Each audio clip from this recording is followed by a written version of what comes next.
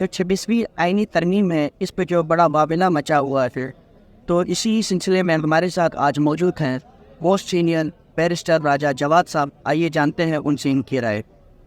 بہت شکریہ. دیکھیں، آپ نے کہا جی مملکت خداداد پاکستان.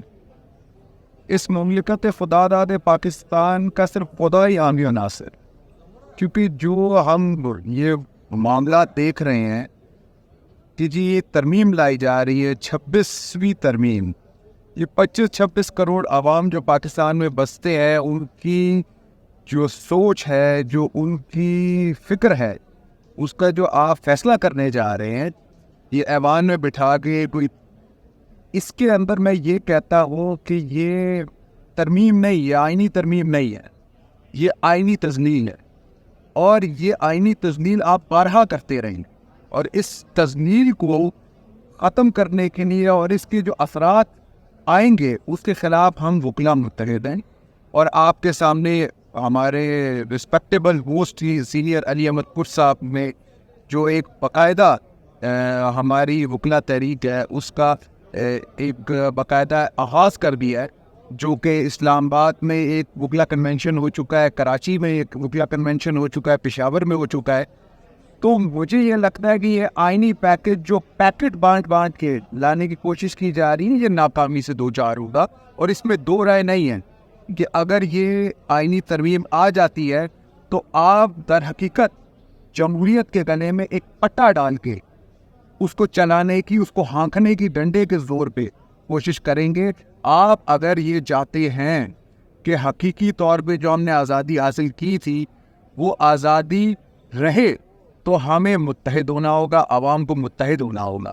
اور اگر ضرورت پڑے تو ہمیں سڑکوں پر بھی آنا ہوگا. اور اس آئینی ترمیم، اس آئینی پیکج جس کے اندر تمام تر ذمہ داران جو ہیں، جو سٹیک ہولڈرز ہیں، ان کو میں یہ کہنا چاہتا ہوں کہ خدا را ہوش کے ناخن لیں. اب یہ وہ وقت نہیں رہا، یہ نوجوانان کا دور ہے. یہ نوجوانان جب روڈ پہ آئیں گے تو اس کے بہت برے نتائج ہوں گے. اور یہ انٹرنیشنل بین الاقوامی جو فورم ہے اور جو ہمارے دوسرے ممالک ہیں ان کے سامنے بہت تذلیل ہوئی. اور راجہ صاحب اس میں تھوڑا سا ایڈیشن کر دیجیے گا، اگر یہ آئینی ترمیم پاس ہو جاتا ہے تو اس کے کیا کانسیکوینسز ہوں گے، ان کے تھوڑی سی آپ ہمیں ہائی لائٹس. دیکھیں، جو مسودہ ہمارے سامنے شیئر ہوا ہے اس کے اندر انہوں نے ایک تو یہ رکھا تھا، در حقیقت اس کے اندر جو جوڈیشل سیٹ اپ ہے، جو انڈیپینڈنس آف جوڈیشری ہے، اس کو اپنے تابع لانے کے لیے شکیں رکھی گئی ہیں.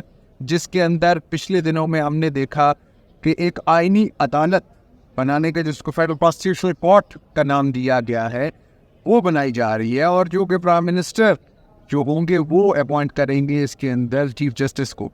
مجھے یہ بتائیں کہ ایک ایسی عدالت کو بنانے کی وہ کون سی ضرورت ہے کہ جو کہ سپریم کورٹ آلریڈی موجود وہ کام نہیں کر سکتی. ایک عدالت کے اوپر دوسری عدالت بنانا، جبکہ اکانومی تباہ ہو چکی ہے، آلریڈی نظام کولیپس کر رہا ہے، ججز کی آلریڈی جو تنخواہیں ہیں، مرات ہیں، وہ پبلک ایکسچیکر سے عوام کی جیب سے جا رہی ہیں. ایک نئی عدالت بنا کے یہ عوام کی جیب پہ بوجھ ڈالنے کا کوئی تک نہیں ہوتا. یہ صرف چند لوگوں کو اکوموڈیٹ کرنے کے لیے اور چند لوگ اس چیز سے فائدہ اٹھانے کے لیے یہ عدالت بنانے کی کوشش کر رہے ہیں، جو کہ جس کی ہم شدید الفاظ میں مذمت کرتے ہیں. ہم کسی کو جوڈیشل سیٹ اپ میں مداخلت کرنے کی اجازت نہیں دے سکتے، نہ دیں گے اور نہ ماضی میں کی.